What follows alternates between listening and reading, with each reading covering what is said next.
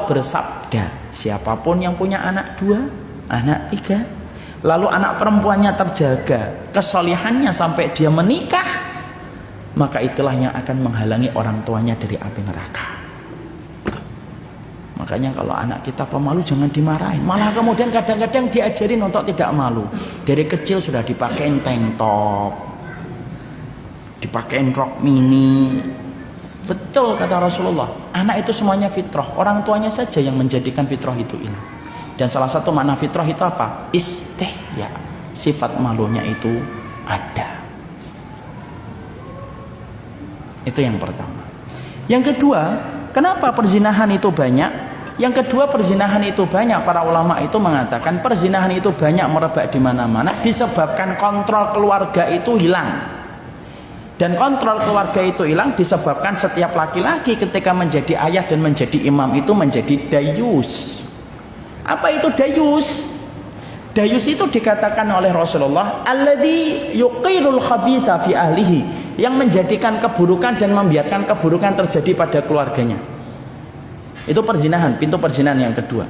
Kalau ada keluarga sudah tidak terintegrasi dengan benar dan tidak terkonsolidasi dengan benar antara bapak, istri, anak, dan akhirnya bapaknya menjadi dayus, sering membiarkan keburukan terjadi, pintu yang akhirnya menjadikan perzinahan itu adalah ketika longgarnya seorang ayah ketika dia menjadi penjaga untuk rumahnya. Makanya yang unik adalah, coba dibaca data di beberapa surat kabar elektronik itu, orang berzina itu rata-rata malah di rumahnya sendiri. Kenapa? Ketika orang tuanya pergi, mereka berzina. Ngeri ya? Zina di rumah sendiri itu kayak apa? Imam Syafi'i berkata, kalau ada tikus masuk ke dalam satu rumah yang berzina, orang yang berzina tidak taubat, tikusnya masuk ke rumah yang sama, atapnya sama, tikus yang ada di dalam lubang rumah itu pun akan mendapatkan laknat ketika yang berzina tidak bertaubat. Loh, sampai tikusnya aja kena laknat, apalagi sampai keluarganya. Kalau ada perempuan, laki-laki habis berzina atas nama Valentine, atas nama Happy New Year, atas nama kemudian Happy ulang tahun, kemudian dia melanjut, ya, benar kan, happy ulang tahun, happy anniversary, yes, something like that lah. Kemudian dia berzina, lalu kemudian dia merasa bahagia karena dia merasa diberikan kasih sayang sama laki-laki yang dia senangi.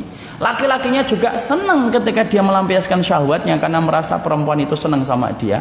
Pulang ke rumahnya senyum-senyum dan tidak ada perasaan berdosa ketika dia telah melakukan perbuatan yang disaksikan Allah. Dan Allah paling benci kenikmatan yang didapatkan dari perzinahan.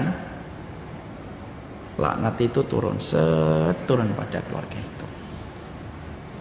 Karena Allah paling benci kalau dosa dilakukan disertai dengan perasaan gembira. Itu zina. Kenapa itu bisa terjadi di rumah? Perzinahan itu yang kedua, karena laki-laki seorang ayah itu longgar ketika menjaga putrinya.